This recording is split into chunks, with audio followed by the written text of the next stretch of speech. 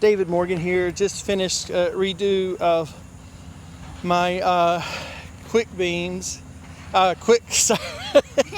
One of my Quickbeams. I know. I used to live in one city for 3.5 days a week. I was a nurse, regional travel nurse.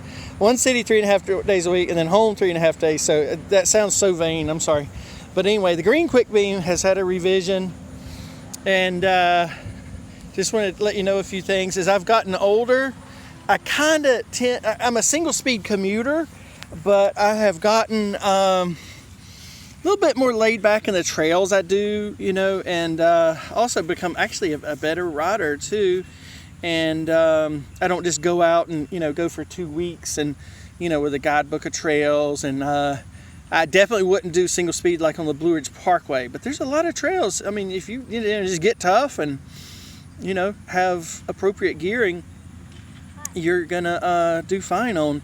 But anyway, with the Quickbeam, I love these Dos Enos from White Industries freewheels.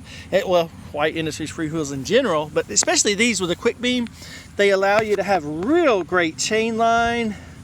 So you got your 2 and 2 Quickbeams, if you're familiar, typically come like stock 32-40 and then a 16, I think, on the rear, maybe 18, but they're a little bit off center, but with these, they're absolutely perfect as long as you don't cross chain them. Like you wouldn't use your outer ring up front and the inner ring in the back. I mean, you can, it'll work, but I just got something against that, to put it quite simply. And then with these cool Quickbeam dropouts, you've got an 8-tooth variation you will take, but with the Dos Enos, you actually can have a 10-tooth difference up front because of the 2-tooth difference, 10 minus 2, sorry, but thank you, Nilo, for helping that out with the math. But if you're wanting to really get some range in here, 16, 18, 20, 22. So quickly do the math there, and you know that you can have a 6-tooth difference up front. So that's what I've chosen to do. I live in a real hilly area, so I know that these seem real weak for a lot of people, but for this extremely hilly area I live in, this is really good. Got 32 by 38, so 38 by 16. Maxing out at 120 RPMs, you get a good turn of speed. But I have, for going like Marion up to Mount Mitchell, which is a real challenging climb here, I've got a 32 by 22. And so not only did I calculate this mathematically, I actually gasp, internet, actually checked it to make sure it would work. And then also, of course, your chain length is real critical to making sure that it worked. Usually with Quickbeams, that dropout deal makes your fender line looks absolutely horrendous. But when I was measuring the combinations all the way front and all the way back, I found out that this would work.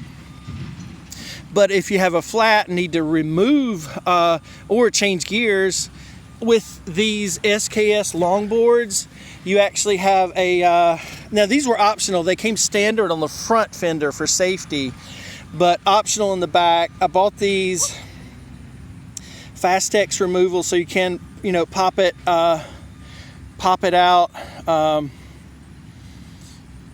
there. So I would do that. But normally, I wouldn't want to change gears, because normally around here I'd be running these 16-18s, and then when I do go up, to Mount Mitchell, I would put it up there and on the approach use the 40 by 20, and then the steep parts 32 by 22, so I wouldn't actually be flipping the wheel, on a given ride. So if you would kind of have an uglier fender line by having this a little bit further back. And actually, now that I'm looking at it, for a total flat, if it was totally flat, it would come out of there now that I'm looking at it. But anyway, moving on from there, that's just one of the things that is inherent with the Quickbeam dropouts about your fender line. You have to kind of, you know, accept that. And like I said, this is sticking up a little bit forward than ideal.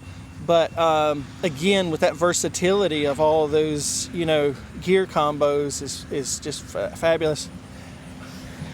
Brooks saddle, new old stock, the real great one there. It's kind of like a cool swallow. It's got the undercarriage leather underneath there, and it's got the hooks, saddle hooks. These pedals, I don't know, visually I don't like them. I wish they were silver, but that's what I had. That's the way it is, yeah. Newbaums tape. I used khaki and then used Bullseye shellac clear. And in retrospect, because I was trying to pick up the, you know, the cream, you know, color of the down tube decals, and then seat tube decals.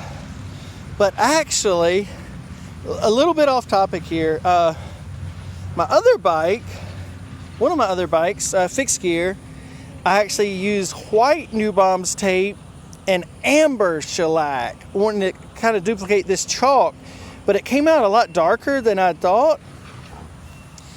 And in retrospect, if anybody has one of these Quickbeams, I would really recommend you use, let me make sure I get this right, white tape, yeah, with this amber shellac on there for the orange, I mean the green Quickbeam. I don't know. So that's what combo I would recommend for this. So if you want to learn from my mistakes, that's cool. And then for this older, there were a lot of Bridgestones with this older, like a chalk type color. For this, white with the clear shellac, which will make it just a little bit darker, would be smashing combo if you're wanting to pick up here. And then I guess, if you're curious here, this is a really cool bike here. It's got track fork ends, but it's really neat. It's kind of like, I think a canal bike is when I did some research. It's basically a track bike, but it's drilled for brakes front and rear. This is a real fork crown. You know, it's not just a owner, you know, hack drill. Drilled front and rear. These rims pretty wide, idealized for 28 millimeter rubber, but they will gladly swallow 32 millimeter rubber. And I do have a second wheel set that's more of the traditional,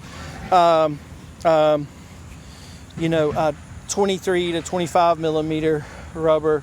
But I absolutely love this, and it came with a real practical saddle, belt, Tokyo, and it's got the rear loops on there. So really cool bike. I absolutely love it. And of course it's pure fixed gear. None of that. I would not. This one bike I will keep absolutely pure fixed gear. So really practical.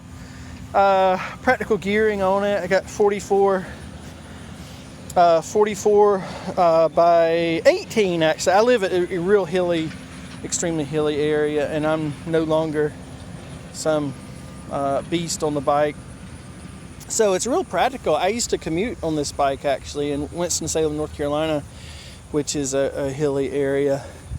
And with the 28 to 32 millimeter rubber, you know, you can do, you know, New River Trail comes to mind, some of the hard packed Salem Lake Trail, Virginia Creeper Trail, longer distance, C&O Towpath up in DC to Cumberland. So it's kind of neat, you know. People think it's crazy touring on the fixed gear, but I look forward to it actually on one of these. Now this is just a more comfortable bike. Bottom bracket's really low. I would not run a fixed gear on this, even with like, you know, 160, 165 cranks.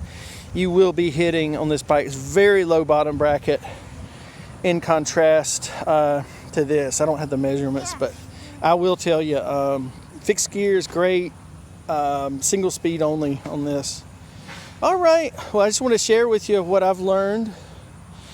And again, not bragging and boasting. I'm actually humbled that I should have done the exact opposite of what I had planned. But hey, I think it still looks good with that. All right, over and out. Thanks for listening to me. Take care. Bye.